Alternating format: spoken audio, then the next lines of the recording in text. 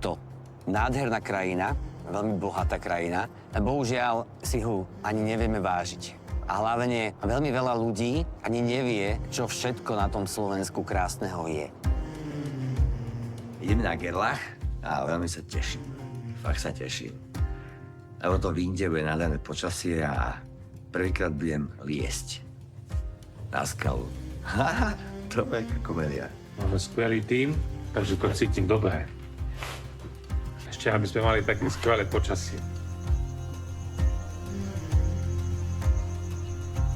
Prejdeme cez tento veľký sutinový násyp, ktorý padá z Krčmárovho žľabu a budeme stúpať do tohto žľabu, ktorým vlastne naberieme výšku.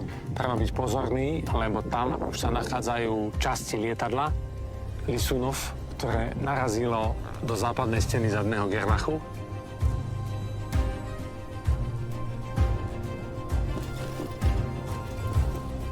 Vidíš, že ideš do žľabu, kde sú len poukladané kamene. Viťo je pod tebou. Leziem.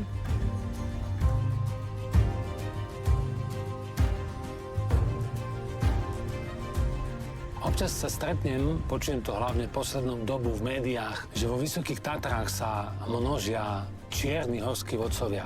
O čiernych horských vodcoch môže hovoriť iba niekto, kto má čierny úmysel, alebo čierny zámer, alebo čierne myšlienky, pretože čierny horský vodca, kto by to bol? To by bol niekto, kto si urobí falošný odznak a hovorí o sebe, že je vodca a inkasuje peniaze za služby, na ktoré nemá kvalifikáciu. Ja leziem 34 rokov a s takýmto niečím som sa v Tatrách ešte nestretol. Lenže my máme problém v tom, že čiernym horským vodcovstvom sa nazýva obyčajné horolezectvo. Keď jeden skúsenejší človek vezme druhého menej skúseného do hôr, napríklad na Gerlach.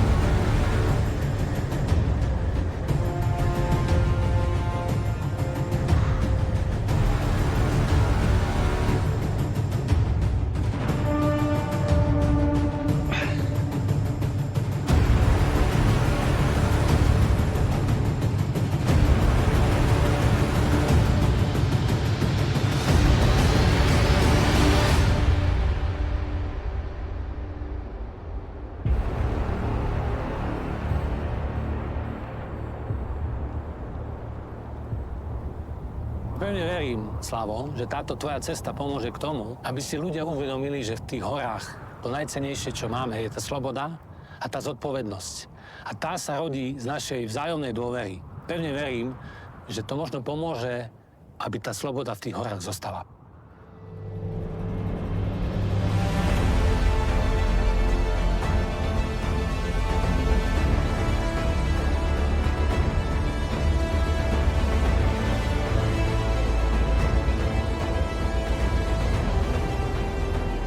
Fantastický a šťastný, že sa mi podarilo dosiahnuť tento bod. Ale tento celý výstup vlastne na Gerlach, to nebol len dosiahnuť ten bod. Bolo cieľom si dosiahnuť alebo zažiť niečo nové. Jedinečnú vec a to je lezenie a to je to najdôležitejšie. Byť tým, spolupracovať, byť na jednom lade. Kopce ako Gerlach sú súčasťou národného bohatstva a je veľmi dôležité, aby tieto kopce boli prístupné a otvorené všetkým. Nielen tým, ktorí majú peniaze. Preto treba hľadať aj na Gerlach cestu, či už feratu, alebo iným spôsobom ten Gerlach sprístupniť naozaj všetkým. Samozrejme, klasický výstup velickou probou a batizovskou probou s vodcami má ostať zachovaný. A ja si myslím, že Gerlach si to zaslúži. A myslím si, že si to zaslúžia ľudia, ktorí na Slovensku žijú a ktorí Slovensko majú radi.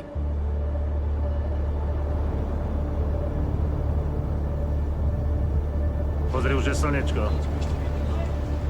Čo? Nie, ešte! Počkaj, dober! Dober! Jasne. Jasne, Slavko, pomaly ide, hej? Som v štande! Teraz som napnutý! Zapnutý som!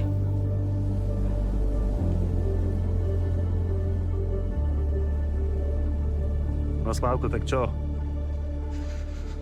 Aký to bol deň? Dáždik na záver. Tak akože teraz som dosratý. A ešte predtým, jak sme boli, tak akože to, teraz mi to není jedno. Naozaj. To takto sa fajčí v Tatroch? Na štande? Je mi to fakt jedno. Ja chcem ísť domov. Fakt chcem ísť domov.